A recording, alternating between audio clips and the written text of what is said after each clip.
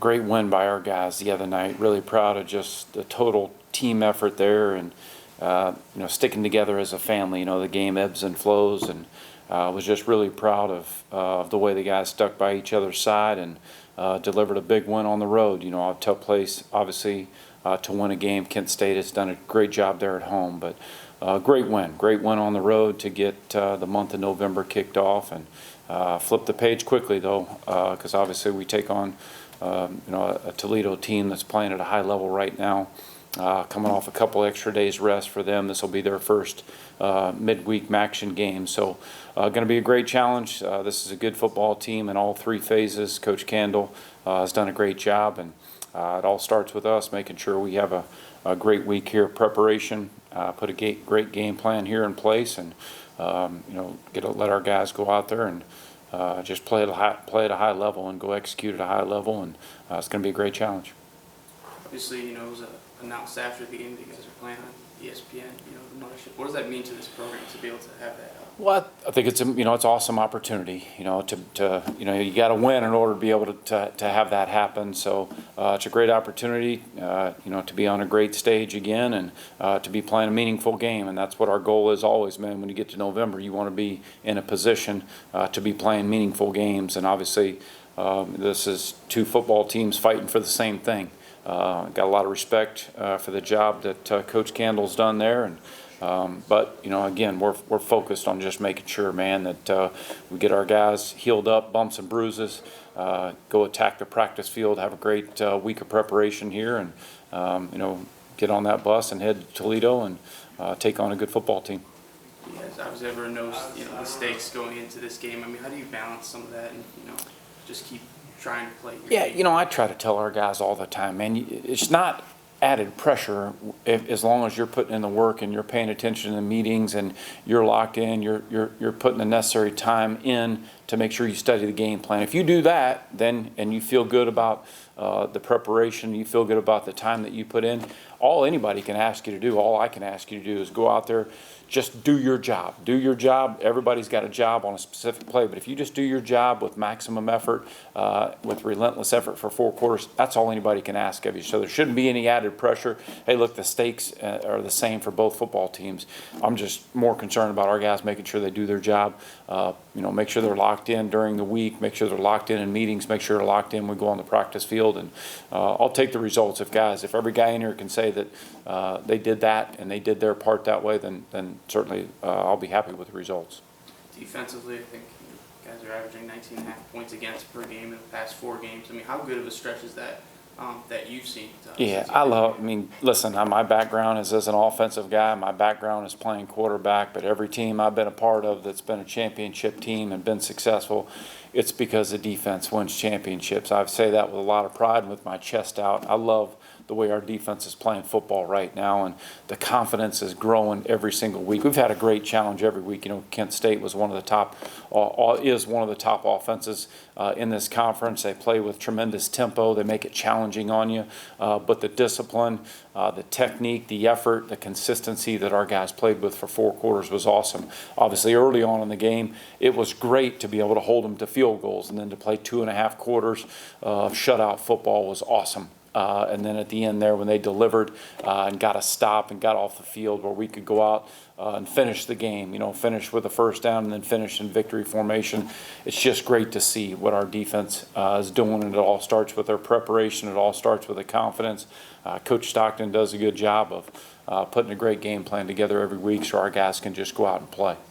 Tanner and Brady, obviously, really stepped up last game. I feel like, for the past couple of weeks, maybe not getting as involved. How important is it to get those guys involved to, spread out the offense? No question. Obviously, those 2 young men have such a bright future ahead of them. They've had some great moments this year, but to see the contributions that both of those guys made this past week, they're big. Their confidence is growing every week. The physicality that they're playing with is getting better and better every week as they play more and more snaps. And so, obviously, we're going to need those guys down the stretch. I think there's a great trust factor between John and both those guys, both Tanner and Brady, and that's something that you work on that day in, day out in practice, and those 2 guys will be a big part of what we've got left going for the rest of the season here. Yeah, obviously, talk about some of the bumps and bruises. Joe Boggs went down, didn't return. What's his? Do you have any update on his status? Yeah, right now we're just, hopefully it's not long term, and right now, he's been able to resume. I know he was in the lift today and limited some a little bit, but once we get on the practice field tomorrow, we're hopeful. We're hopeful that Joe, we're hopeful Corey, we're hopeful that those guys will be back, and no matter what the rotation is, Coach Johnson did a great job of playing 9 offensive linemen in the game last week against Kent State. So we're hopeful both of those guys will be back, and we'll just kind of see what the week leads up to. But expect them to be on the field in some capacity, whether it be limited early in the week. But hopeful they'll both be on the field.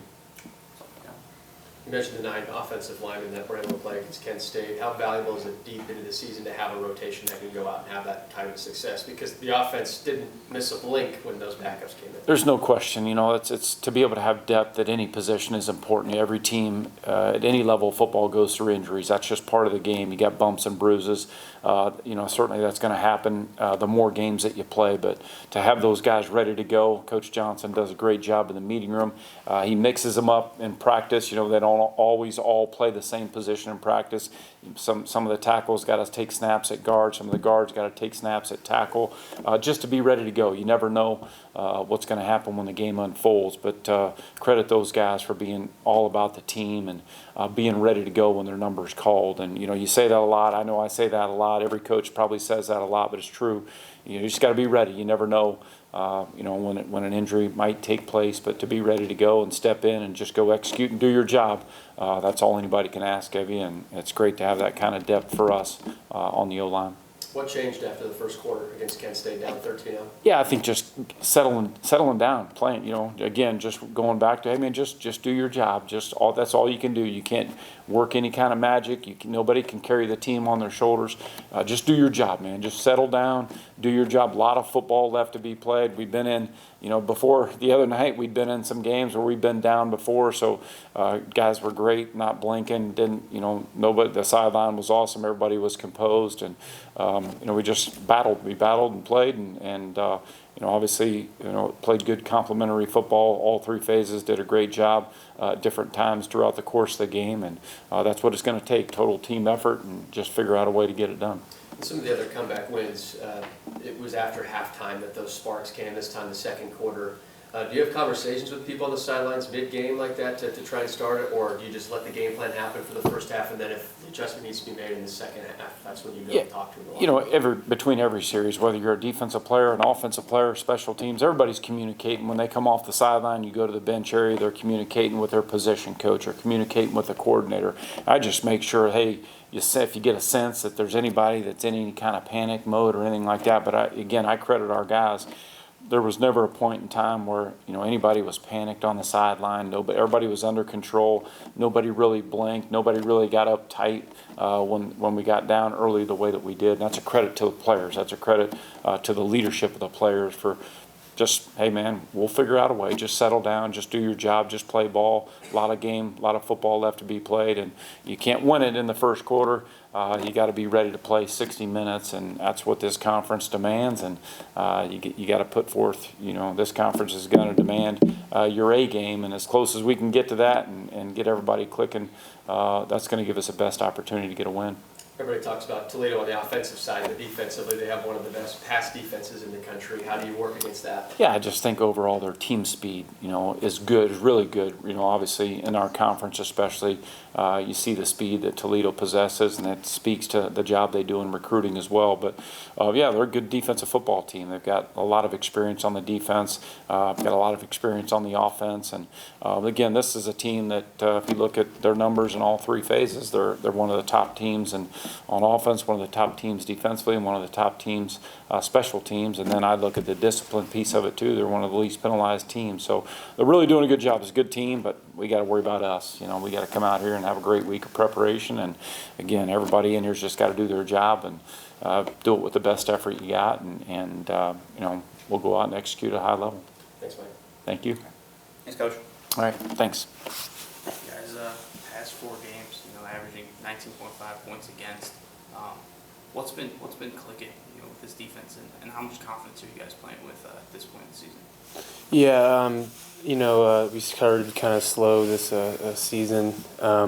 We had a bunch of new guys, younger guys coming together and stuff like that. But other defensive players have said this whole entire season, every game we get better and better playing together and just flying around, giving more effort, playing harder, and just meshing together. So it's really just people giving great effort and trusting the game plan. How much pride do you guys take in, limiting the type of offense you've been able to limit, I guess, and flying around, like you said? Yeah, we've been playing some pretty good offenses, but really I think it's just, every game is a big game for us. Every game we just try to shut down the offense, no matter if they're, ranked top in the MAC or bottom of the MAC. So every week we're looking to limit explosive plays in the offense that we're playing against. Against Toledo, another one of those dynamic offenses. What's the biggest focus for you guys in shutting them down this week? Yeah, another great offense. That's pretty much how it is in the MAC. But it's just like any other game, really. It's obviously a big one, how competitive the MAC is. But we're just got to trust the game plan and just trust our coaches. They'll put us in the right positions, and we'll be successful. Obviously, a lot at line, this week. What does it mean to be playing in, such a significant game this deep in the season? Yeah, it's a great thing. I'm just looking at it like another game. I mean, really, every game's huge, especially conference games. Like, last game is just as big as this upcoming game. I mean, we lose last week. This game's not even that big of a game. So I'm just looking at it like any other game, every other conference game this year. Every game's huge, and this one happens to be even bigger than the rest. So obviously, being played on ESPN, which I'm not sure when the last time that happened for you guys. I mean, how do you kind of, between that and then, the increased stakes, how do you guys kind of remain level-headed and treat it like another game? Yeah. Like I just said, I'm just treating it like pretty much every other game, every other conference game. I'm just gonna relay that to my teammates and stuff like that. So, I mean, we put ourselves in this situation to be on ESPN, but I'm really just taking it like any other game. Cole, how have you evolved as a personal player throughout the season? Yeah, obviously this season was my first time really starting and getting a significant amount of plays this season. But really, it's just playing more loose and not thinking as much. In the past year or so, I was just always thinking maybe a little bit too much. Now I'm just really playing loose and having fun out there, trusting everyone's going to do their job and just having fun. So. Earlier you mentioned there are a lot of new guys coming in trying to make the rotations and make plays. Overall, how have you seen the defense just grow week to week and be able to mesh with each other? Yeah, like I said earlier, we started off, it was a lot of different faces out there and a lot of different people playing with different type of players and stuff like that. But we have a lot of great playmakers on the defense, from D-line, the linebackers, the DBs. We're all different type of players too. So just as the seasons went on, we've really meshed together, like you said, and really played off each other and strengths and weaknesses. So really just experience and playing games this season has really helped us become a really good defense. How have you learned to grow with Clayton, that middle linebacker? Yeah, I mentioned this not too long ago, but we got a really good relationship now. It's just evolved over the years that he's been here. He was playing a little bit more before me last year and the year before. But this season, really, me and him starting both at inside linebacker has really just took our relationship to another level on and off the field. It gives me a lot of confidence knowing he's right beside me because he's also a phenomenal player. And him just knowing the defense and getting the defensive line and just really gives me a bunch of confidence having him right next to me. So. Thanks, Cole. Thanks, Cole. Obviously, some guys banged up on the offensive line, but from last year to this year, a lot of different guys have gotten reps. How much confidence is there in the depth in the offensive line? Honestly, there's a lot of confidence. That's why we keep rotating. It's just because we're confident in our guys, and just to give everyone just a breather so we're fresh going into the game, but I'd say we're really confident with our depth and everything. Take me back to the end of that game.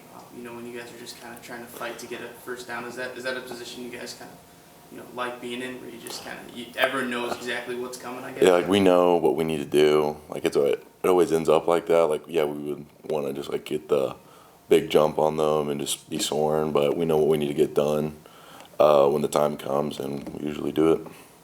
You guys obviously went down 13-0 last week, but so many times this season they've been down before. Just been like that, yeah. Yeah, but how much confidence is there in this group, just knowing that regardless of what the scoreboard is, you guys feel like you have a chance? Honestly, like we know the scoreboard, no matter what, is 0-0. We know what we need to get done as a team, like as an offense. We know that we have a job to do. Score doesn't matter until the fourth quarter, and the time hits 0. That's all that really matters. But we know what we need to get done. After the game, I think Carson was giving you guys a lot of credit, for his success. I mean, what's it like having him behind you guys? Oh, Do his thing? it's amazing. I mean, he's an amazing running back who can just run through people, jump over people. So it's awesome for him. Just like sometimes he makes us correct, and it's awesome to have like a good running back like that can just run through people and just keep getting us yards no matter what. You guys playing Toledo this week. Obviously, everyone knows the stakes going to this game, but I guess being the 10th game of the year and being in this position, having this big of a game. I mean, what does that mean to you guys to have an opportunity here? I would say really, I mean, it's the next game. That's all I feel like this team looks as just the next game. We're not gonna like take much into it. Like it's the next game, one at a time. You know what I mean? Just taking one play at a time with them. What's the biggest focus against Toledo for you guys, and what's going to take? Biggest focus, same thing as every other game. Establish the run. Make sure we protect John. Same thing as always. Ethan, you talked about the depth of the offensive line, with 9 different linemen getting a chance to play against Kent State, but how have you seen the offensive line grow throughout the season? I've seen them grow like leaps and bounds. Like it's crazy to see, like especially like my class. Like it's good to finally see like everyone's finally getting reps, having some playing time, because it's fun to see like your best friends out there right next to you just playing football. It's really fun. Coach New said that you guys go through rotations of different players playing in different spots in practice. Mhm. How does that help the unit have some continuity no matter what? If somebody's hurt, somebody else can come in. Even if they're a tackle, they can go play guard and still play just as well. Basically, everyone needs to know like a different position in case of emergency. Worst comes to worst, we're confident putting that guy there, so we can just continue to run down the field. Thanks, Ethan. I appreciate it. Thank you.